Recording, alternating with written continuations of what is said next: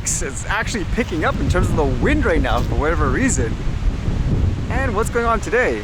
Lots about, I guess, huge drones. How about this first one? This one says, Manchester University claims huge drone record. As it says here, the university says it is unaware of a bigger unmanned quadcopter, but there is no independent verification of the record. As the name suggests, quadcopters are drones with 4 propellers.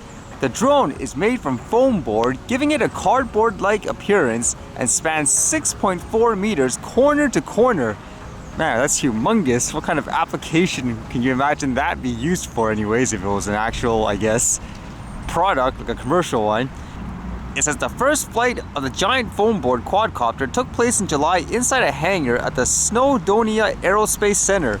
The GFQ's pilot, Kieran Wood, a lecturer in the aerospace systems at the university, said the first moments of flight are the make or break point for these types of multi-copter drones. There are many hundreds of things that you must get right.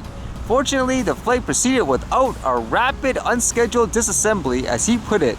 The drone, which can also be flown autonomously, weighs 24.5 to 0.5 kilograms less than a weight limit set for drones of this type by the Civil Aviation Authority. Imagine that. I guess getting kind of under the weight threshold, since for whatever reason a lot of places they only judge drone registrations and safety based purely on weight. It says the quadcopter was built using sheets of foam board, a core of foam sandwiched between paper, which is often used for modeling and mounting artwork. It started life as a project for students exploring the use of low-cost materials for lightweight aircraft structures that are more environmentally friendly than the usual carbon fiber. So I guess it's kind of interesting, I guess, and that's how a lot of innovation starts, just people kind of toying around with ideas, and it's actually necessary for things to innovate. Can you imagine that, saying, oh, no, this is banned, you can't even experiment with things like this and all that. And still, I guess, with bigger drones, how about this one? It says, new heavy lift drone can carry much more than its fair share. It's touted as the first heavy lift drone that can carry more than its own weight. In early October, FlyBasket, an Italian company, launched its FB3 drone, a 70-kilogram flying device that can carry up to 100 kilograms. It's been 7 years in the making, says Miguel Ladron de Sigama, FlyBasket's business development manager from his office in Bolzano, Italy. We've done 3,000 flights and more than 1,000 missions. Expensive too, with a price tag of 77,000 euros or 110,000 Canadian. Ladron de Sigama says it's remarkable the FB3 is capable of lifting 40% more than its own mass. Usually it's reversed, the cargo weighing about 40% of the drone. It's the first to carry 100 kilograms in cities. Would you be okay with this thing flying all over the place? I guess, again, all of a sudden I guess it's okay to fly commercial drones with huge packages afterwards, And in terms of how far it can travel, it says the FB3 can fly 25 kilometers with a 5 kilo load, 20 kilometers when carrying 25 kilos, 15 kilometers with 50 kilo payload, 5 kilometers with 75 kilos, and 2.5 kilometers when 100 kilos are being transported. The idea for the FB3 took flight after 2 software engineers noticed that many helicopters transporting telecommunication or wind turbine components in northern Italy, they said, why not pursue that with a drone? So let's see if this becomes more common, I suppose, too. And then here, there's been so much news about a universal basic income, where I guess the government is trying to research ways to make it happen. Now, to my understanding, I guess on paper, what it's supposed to do is give everyone a living wage. Now you'd be wondering, for example, how would you pay for this too, correct? For example, taxpayer money or something like that. And the interesting thing is, I was reading, I guess, the breakdown of the proposal on what this thing would require. And it's kind of weird because at first it says here, for the summary, the enactment requires the Minister of Finance to develop a national framework to provide all persons over the age of 17 in Canada with access to a guaranteed livable basic income. It also provides reporting requirements with respect to the framework.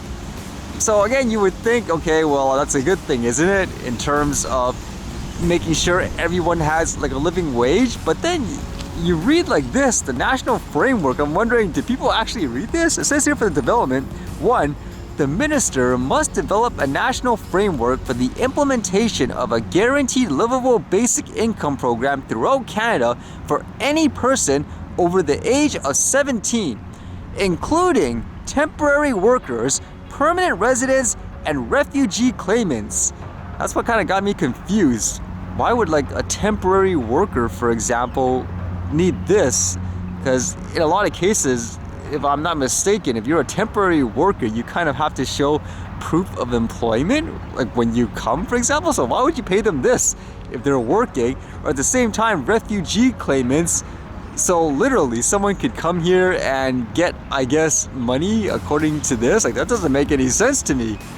It's kind of, I guess, a potential follow-up to what they did here. It was called the CRB. They gave people like $2,000 during the shutdown. So I don't know if this is a good idea, but the sounds of it overall, because again, one, you'd wonder where's the money coming from, and then two, it just sounds like anyone and everyone can get this in that way. Doesn't make sense to me personally, just from reading this. At the same time, I'd be inclined to say most people shouldn't be, I guess, put in a position where they need this. Like, shouldn't you be developing ways for people to actually work and all that? That's just my thought about that currently anyways. But yeah, currently this is a hot topic here.